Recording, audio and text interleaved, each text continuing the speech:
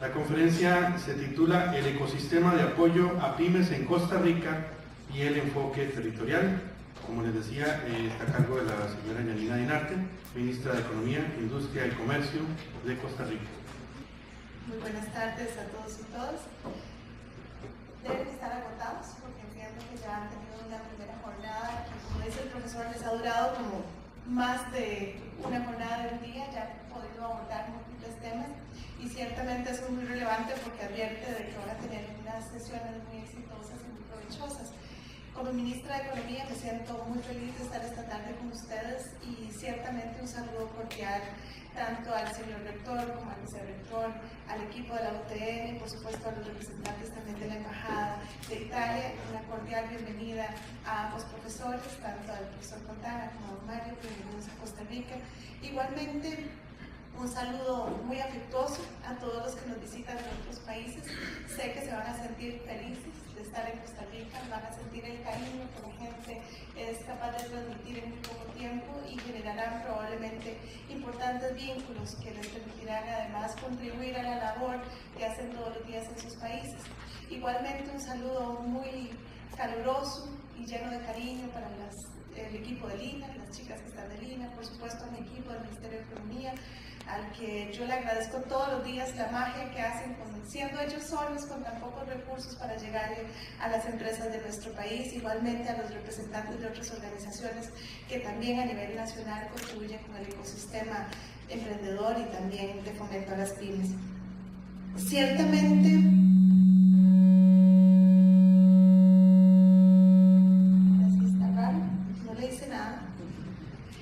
ciertamente nos sentimos muy contentos porque, como advertía Marcelo, la idea nació en el Ministerio de Economía, pero la virtud no está en la idea, la virtud está en quien la hace realidad. Así que definitivamente mi reconocimiento es a la UTN por confiar en una propuesta, pero además por aventurarse a desarrollarla. No ando ni celular ni nada, no soy yo.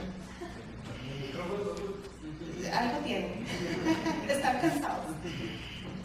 Y es muy importante el paso que se da porque ciertamente es totalmente coherente con los esfuerzos que la UTN viene haciendo. Ciertamente está en su ADN, está el compromiso reflejo de acompañar no solo a las personas para desarrollar capacidades de empleabilidad, sino también a las empresas para desarrollar capacidades de conectarse en los mercados. Así que esta iniciativa se enmarca en un esfuerzo más amplio y por tanto sé que la casa en la que tiene lugar es una casa que verdaderamente sabrá valorar el esfuerzo de esta primera escuela de verano, pero también porque la podrá replicar en el compromiso que hoy se adopta con la Universidad de Padua, a quien quiero también reconocer y agradecer la disposición y la voluntad de trabajar con Costa Rica para América Latina. En el primer encuentro que propició el IILA, en el primer encuentro italo-latinoamericano, pude participar. Y algo de lo que pude aprender es que efectivamente hoy estamos convirtiendo el sueño en una realidad de trabajar con un país que ciertamente tiene una muy buena experiencia que compartir con América Latina. Italia es un país que ha desarrollado un modelo bastante impresionante a nivel territorial, básicamente bajo el concepto de los distritos industriales. Industrias que nacían en lo local se han convertido en grandes empresas, pero además con una fuerte articulación entre los actores que participan en el territorio. Así que eso tiene que ser una ventaja porque ciertamente les ha generado buenos resultados a ellos y puede también desarrollar muy buenos impactos para nosotros. Y con la conferencia que me han planteado que imparta la noche de hoy, sin ningún afán de ser la mayor experta en los temas, pero sí muy apasionada con ellos, quiero compartirles algunas reflexiones, más allá de una presentación que me parece importante como punto de arranque para la experiencia que van a tener. Número uno es que si vamos a entrar a reflexionar sobre la gobernanza territorial, sobre la capacidad de acompañamiento de las empresas en el territorio y por supuesto su vinculación con los mercados, tenemos que pensar en qué contexto y cuál es el contexto que enfrentamos.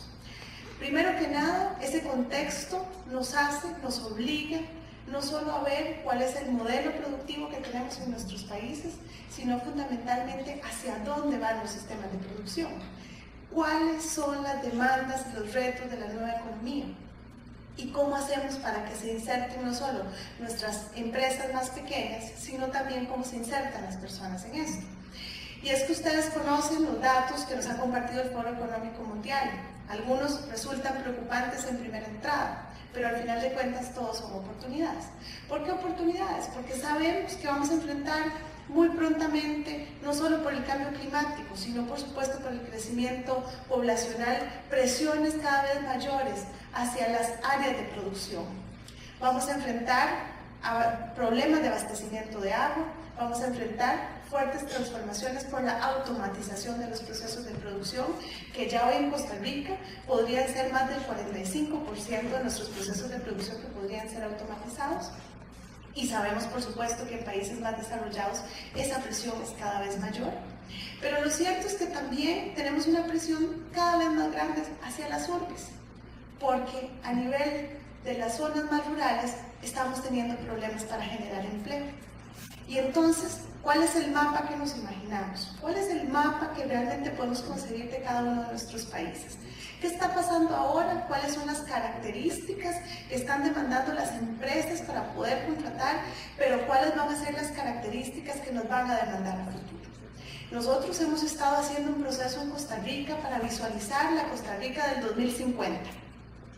Siempre se nos dice que qué hacemos pensando en el 2050, pero es que los países más desarrollados piensan casi que a 100 años de distancia. ¿Por qué nosotros no hemos pensado a 50 años o a 100 años? Y es que si yo quiero planificar el desarrollo y si yo quiero planificar el desarrollo territorial, tengo que ir pensando mucho muy adelante. Porque tengo que pensar en la dotación de recursos, tengo que pensar en las características demográficas de mi población. Por ejemplo, ¿cuántos hijos estamos teniendo en Costa Rica? Creo que es 1,5 en promedio. Es decir, ¿cuál va a ser el sistema productivo en un país que ya no está teniendo hijos?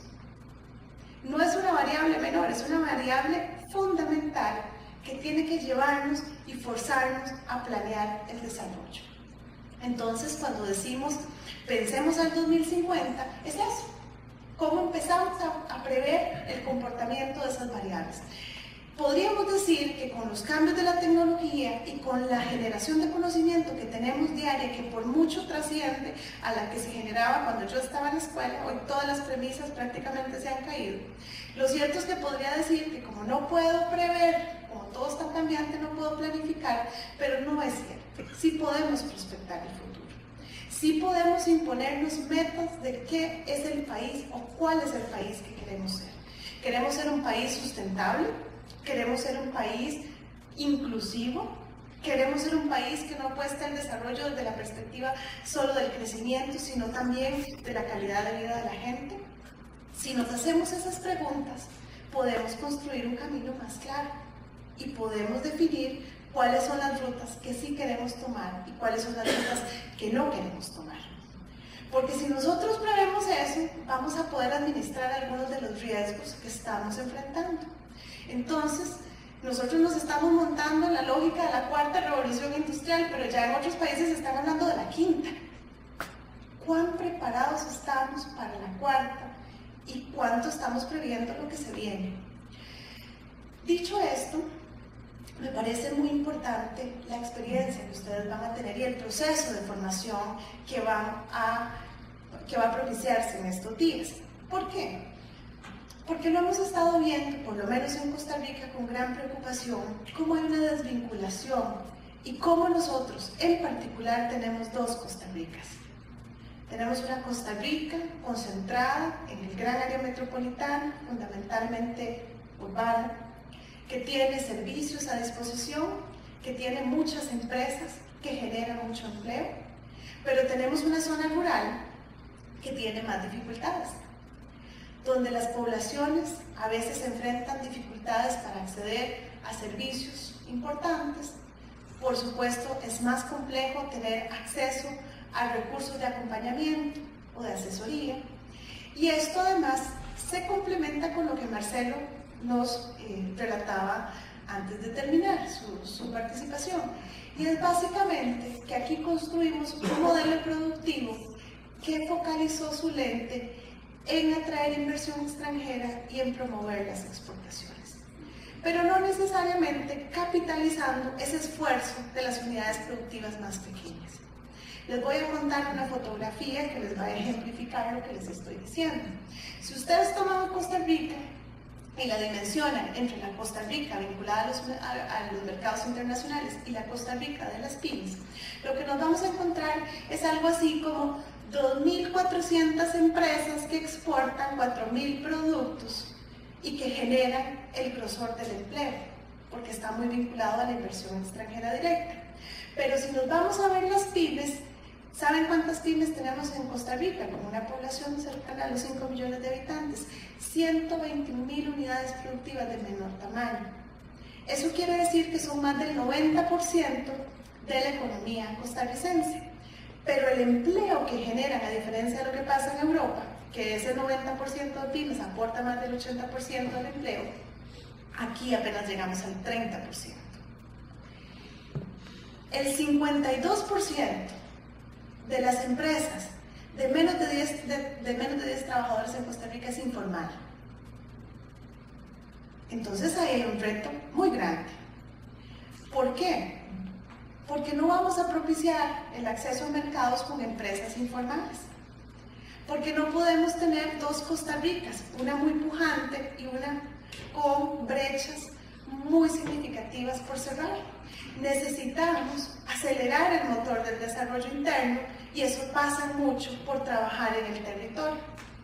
Nosotros aquí hemos concebido a la MIPYME, especialmente desde los ojos del Ministerio de Economía, porque tenemos una ley que lo dicta así, como las micro, pequeñas y medianas empresas de los sectores más fuertes, industria, comercio y servicios. Pero hoy la economía requiere y nos obliga a no entender solamente las MIPYMES desde una perspectiva sectorial. Tenemos que entender la MIPYME como una unidad productiva, independientemente del sector, pero sí ubicándola muy bien en el territorio y, por supuesto, observando con detalle cuánto valor le está generando a la economía. Si nuestras MIPYMES le generan el 30% del empleo del país, tenemos que trabajar en acelerar esa participación. No quiere decir que ese 30% sea la globalidad del empleo. Lo que quiere decir es que estamos hablando de un 30% porque son las empresas formales. Entonces, tenemos que trabajar en una mayor formalización de los negocios para empezar a visibilizar ese empleo que verdaderamente están aportando. Y como a mí, en mi oficina, me mandaron una presentación, y yo soy un poco rebelde, solo les voy a compartir una imagen, que es la única a la que les voy a pedir que pongan atención por acá. Y es esta. Nosotros todos los años hacemos el estado de la situación de las pymes, que es un instrumento muy importante. Si gustan, después se los puedo compartir, porque ahí van a ver la distribución, cuántas pymes tenemos en el país, cada una por territorio, van a ver cuánto aportan a las exportaciones, al empleo, etc. Y el año pasado hicimos una alianza con otra universidad pública, que es la Universidad Estatal a Distancia, y sumamos un esfuerzo que ellos hacen como Observatorio MIPYME para tomar y levantar la información de las municipalidades, de los gobiernos locales. Esa información permitió establecer una fotografía bastante clara del mapa de Costa Rica, clasificando las regiones según el nivel de emprendimiento, pero también el grado de sofisticación de los gobiernos locales. Y vean qué interesante, porque ese puntito azul que ven en el centro del mapa es el que tiene el mayor nivel de emprendimiento. Adivinen qué es eso, el gran área metropolitana, donde están las oficinas de gobierno, es el centro del país. Esa es la parte urbana más importante del país.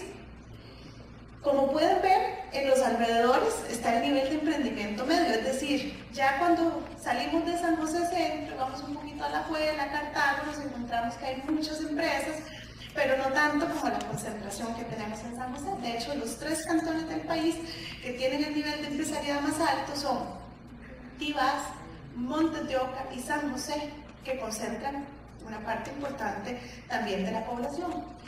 Pero el resto del mapa es amarillo. Y lo amarillo significa menor emprendimiento. Por tanto, y no quiere decir que la situación sea grave en Costa Rica, visitantes, por favor, estamos bastante bien en términos productivos, pero sí somos muy exigentes, porque queremos que nuestras empresas generen más empleo y porque queremos que mejore la calidad de vida de las personas que tienen sus pequeñas empresas.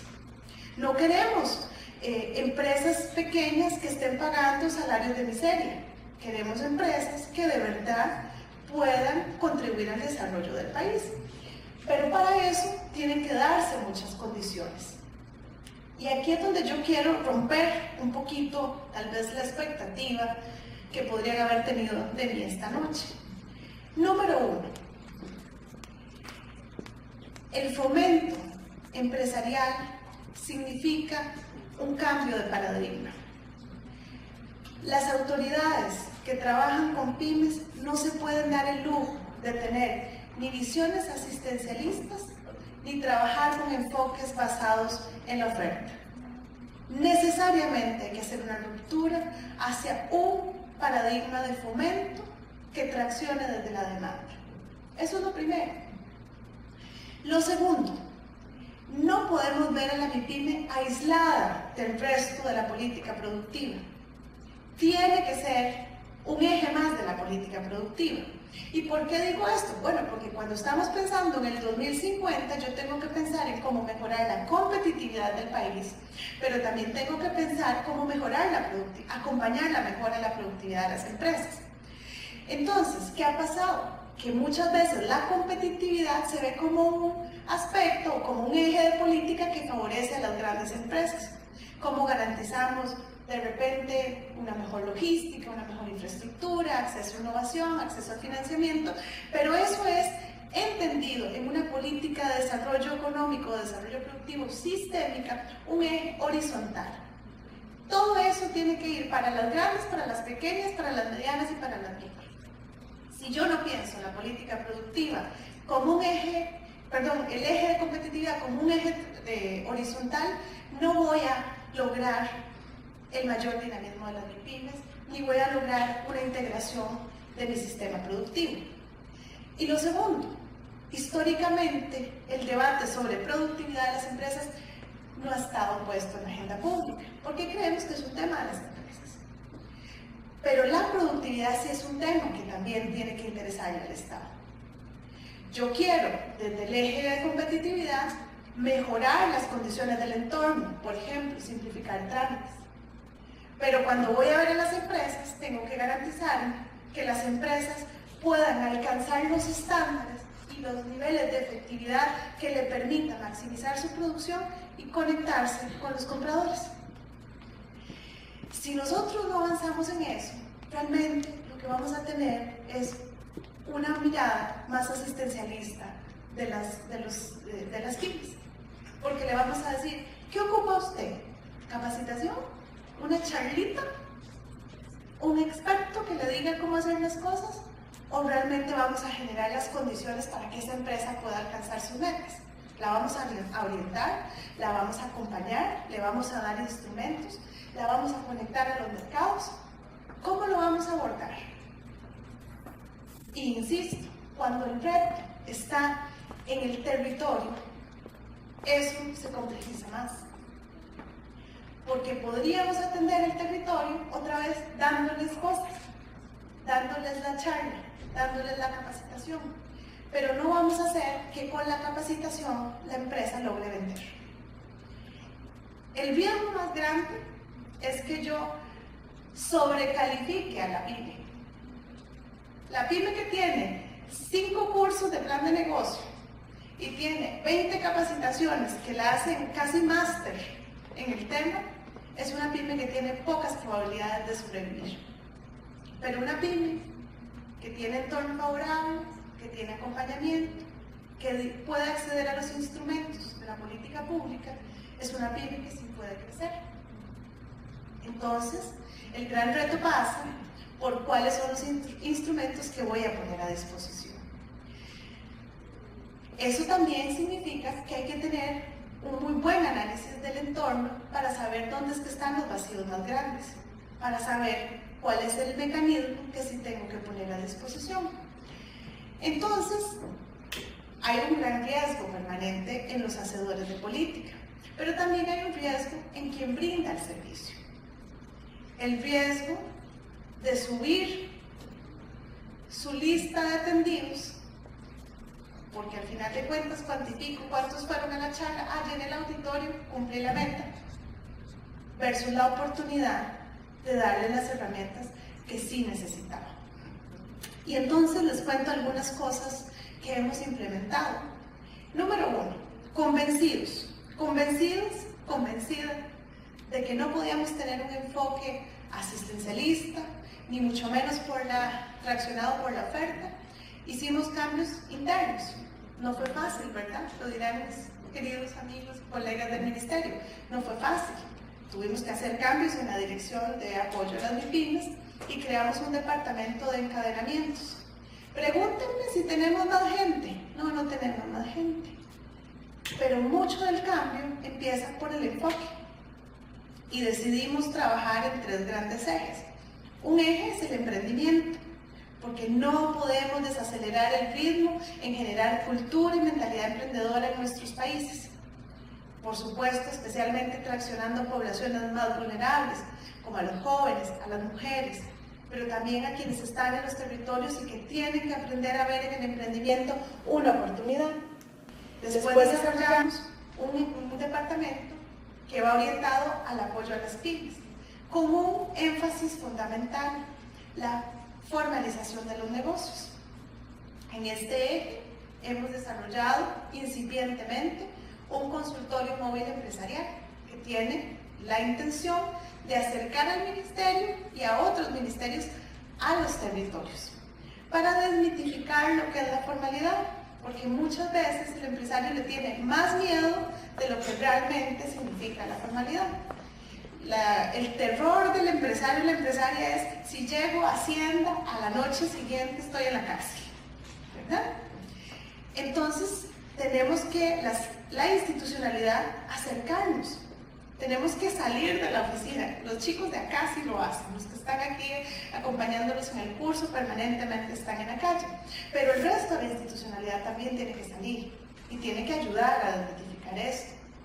Igualmente, hemos estado negociando y ya en muy pocas semanas, de hecho el 22 de marzo, se aprueba por la Caja Costarricense del Seguro Social, que es la entidad que brinda el aseguramiento en este país, una reducción en la carga social para las microempresas, porque también reconocemos que se necesita reconocer las dificultades que tienen las empresas.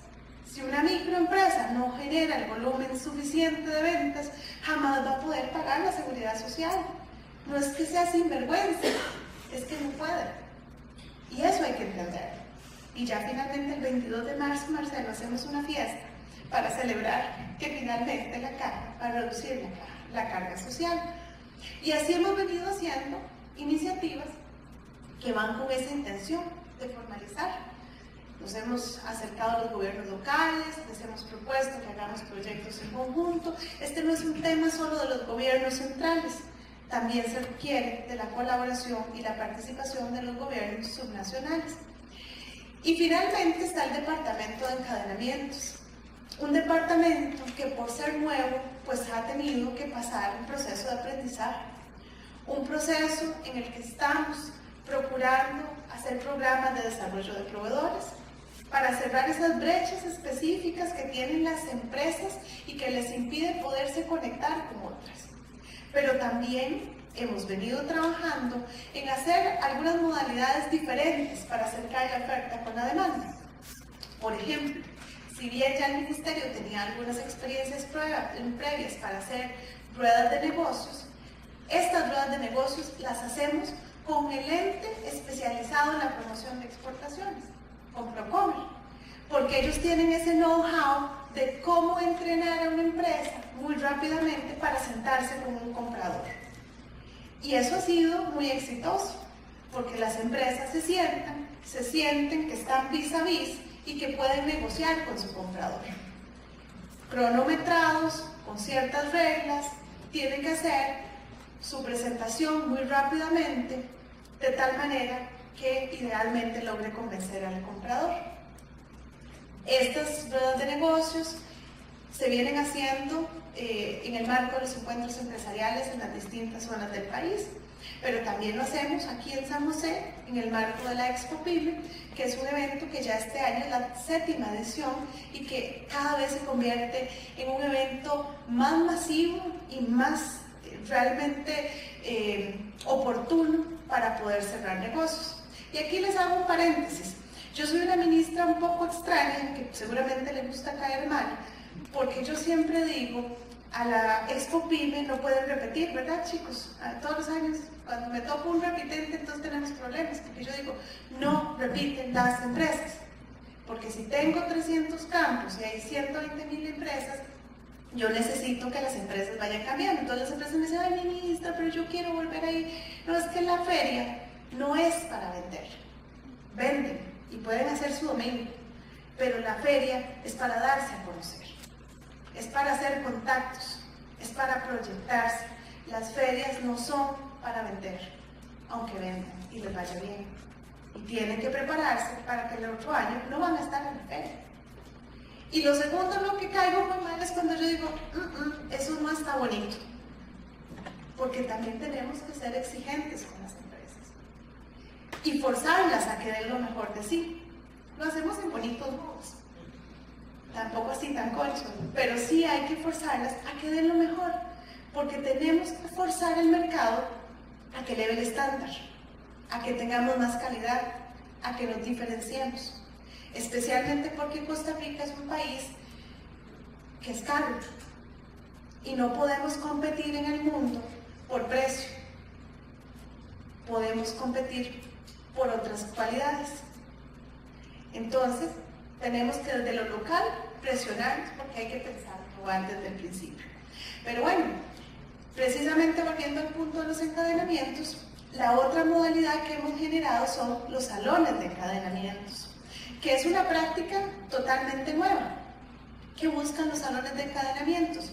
Buscan algo muy sencillo, y es otra vez acercar la oferta con la demanda.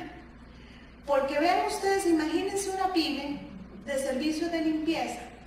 ¿Cómo llega una empresa transnacional, toca la puerta y le dice, ¿le puedo vender mis servicios?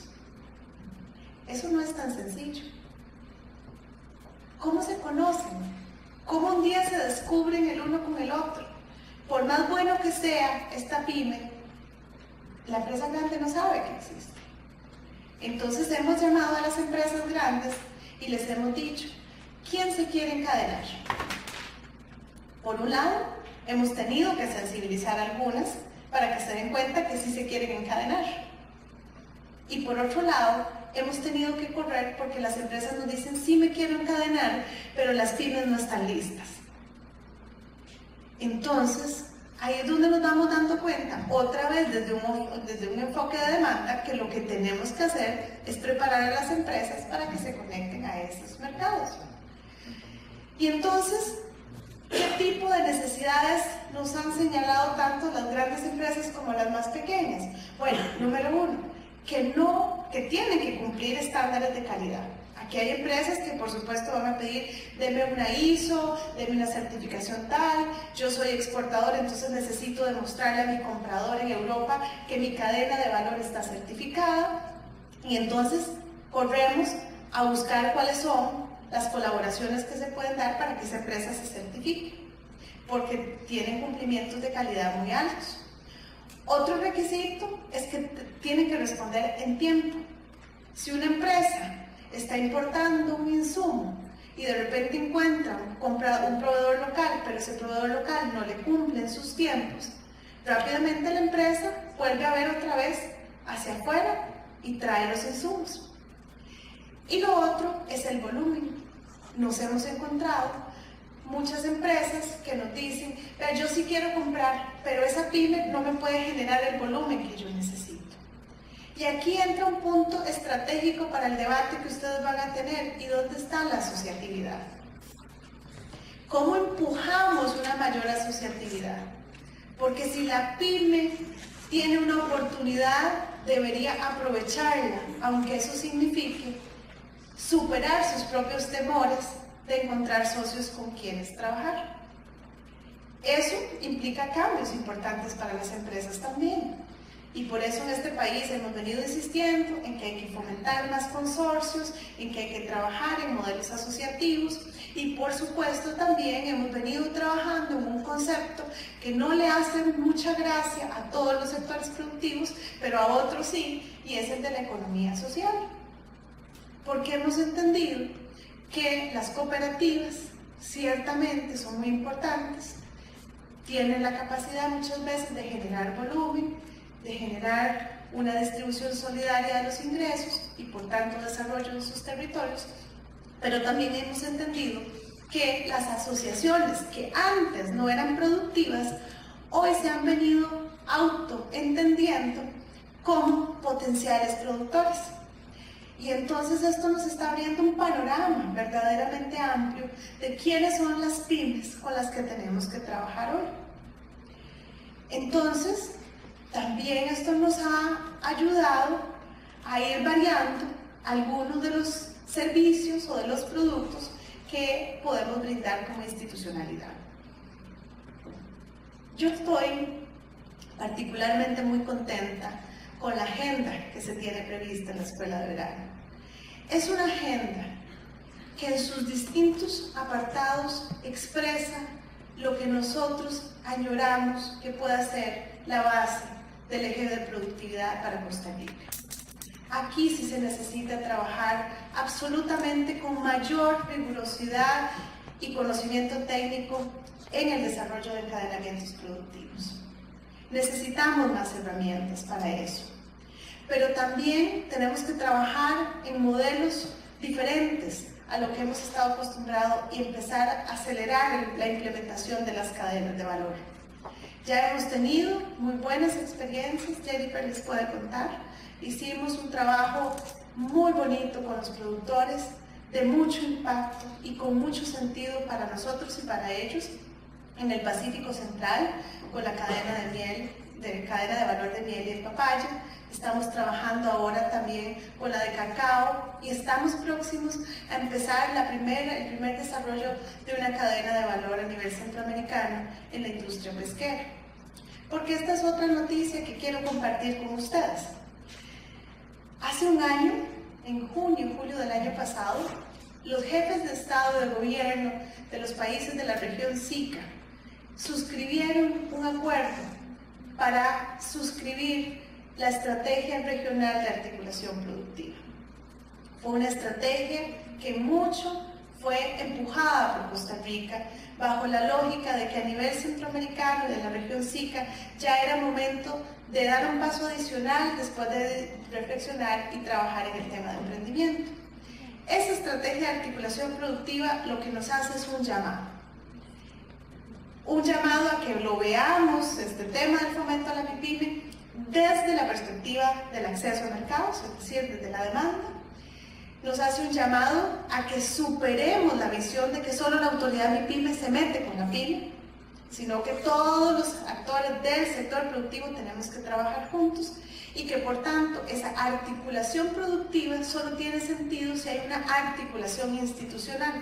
Es decir, si hablamos de cadenas de valor, o cadenas globales de valor, también tenemos que hablar de la cadena de valor institucional. Entonces, lo que dice esta estrategia es, ok, esas son las dos premisas. Ahora sí, entren al tema de acceso a mercados, entren al tema de cadenas de valor, entren al tema de los clusters y a otras modalidades mixtas de fomento productivo. ¿Y qué pasa con esa estrategia regional? Que esa estrategia regional, porque a mí ya se me termina el periodo en 2 meses, creo que en 2 meses o menos, la confianza que me da es que al tener un acuerdo de jefes de Estado se convierte en una política de Estado. Lo que quiere decir que trasciende al periodo de gobierno. Y como país asumimos un compromiso de seguir trabajando en esa línea, con ese enfoque, priorizando en no decirle a la empresa o al emprendedor, anímese a emprender, eso es facilísimo, es buenísimo, sino decirle, si usted se anima a emprender, vamos a trabajar en las condiciones de entorno para que usted se pueda convertir en un empresario, Porque si yo les contara cuántas mujeres emprendedoras hay en este país, creerían que es mentira. Y la ilusión que uno ve en esas mujeres emprendedoras es algo que conmueve y que realmente activa las fibras de cualquier persona que tenga la responsabilidad que tenemos nosotros de trabajar por ellos. Pero qué responsabilidad tan grande es no poder propiciar que esa emprendedora se convierta en una empresaria de verdad. Qué difícil que esa emprendedora tenga que seguir dependiendo del Estado, porque el Estado de a poquito le da ayudas, cuando el Estado lo que tiene que hacer es fomento. Aquí aplica muy bien, damos las cañas de pescar, porque ganamos muy poco si repartimos pescado, porque el pescado se agota, y se agota muy rápidamente. Pero además también, qué difícil que nos quedemos en un estadio donde le decimos a la gente, siga emprendiendo por un camino que no sabemos si es certero, cuando ya sabemos ustedes y nosotros que la economía está cambiando y que está requiriendo unos esfuerzos adicionales. Si nosotros y nosotras no comprendemos hacia dónde vamos, como país, como región latinoamericana, como países del mundo, y tomamos las acciones para empujar ese cambio también a las empresas, las vamos a ver donde llegan al filo y caen. Y eso no es lo que queremos. Queremos empresas que al llegar al filo tomen vuelo y generen prosperidad y felicidad en las personas que dependen de ella.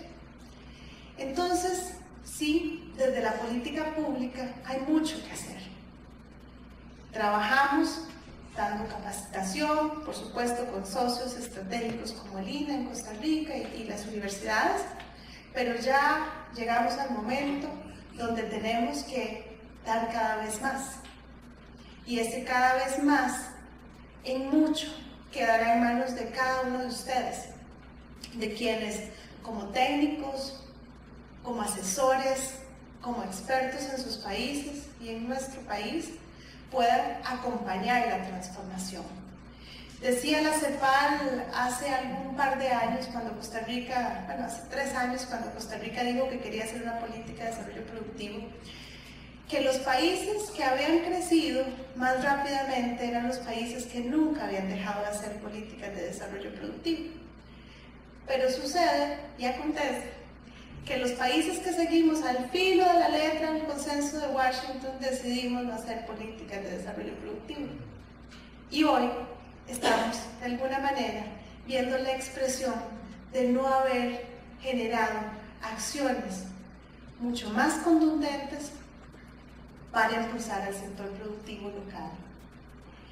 En esos territorios, recuérdenlo, más que empresas, hay personas.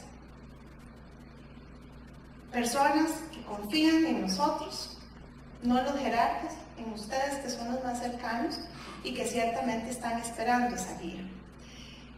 El esfuerzo que hemos hecho desde el Ministerio de Economía no cierra en las ruedas de negocios, en los encuentros empresariales, en las cadenas de valor, no, sigue en la ruta precisamente de generar mayor cohesión y comprensión de que somos muchos los que tenemos responsabilidad de hacer que la política pública en favor de la MIPYME fructifique. Esto definitivamente pasa, insisto, por simplificar trámites. Si nosotros no agilizamos los procesos de inscripción, nacimiento de las empresas se van a quedar estancadas. Pasa ciertamente por el tema de mejorar las condiciones de acceso al financiamiento. Costa Rica tiene una banca para el desarrollo, tiene un sistema de banca para el desarrollo, y me corrijo sola, porque en realidad no es una banca, no es un banco, no es un cajón, es un sistema donde hay múltiples actores que tienen la responsabilidad, desde los bancos privados y también desde los bancos públicos, pero también del INA, por ejemplo, de contribuir a brindar las condiciones para el acceso. Y esto pasa por fondos de financiamiento, por avales, por garantías, pero también por servicios de desarrollo empresarial. Esta ministra que ven ustedes aquí, insisto, que le gusta caer mal, siempre dice no debería haber financiamiento si no hay acompañamiento, especialmente en algunos niveles de desarrollo empresarial. Ya una empresa que puede volar sola, le podemos dar el financiamiento. Pero la mayoría de las empresas en edades tempranas, o por ejemplo las micro, requieren de mayor acompañamiento para que esos recursos los puedan maximizar.